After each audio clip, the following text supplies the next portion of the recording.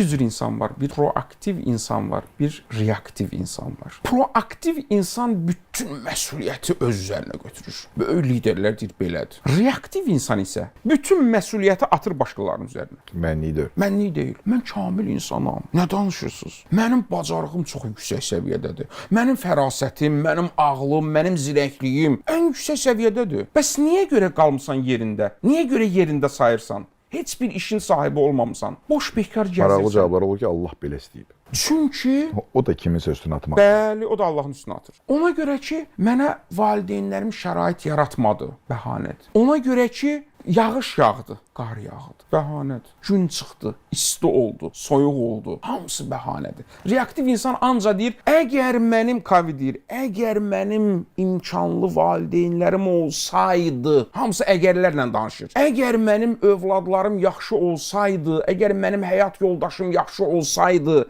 əgər mənim imkanlarım yaxşı olsaydı, əzizim, burax bu əgərləri, yapış özünə. Məndə bu potensial var.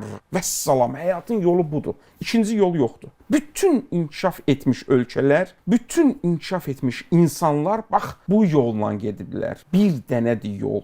İkinci yol yoxdur.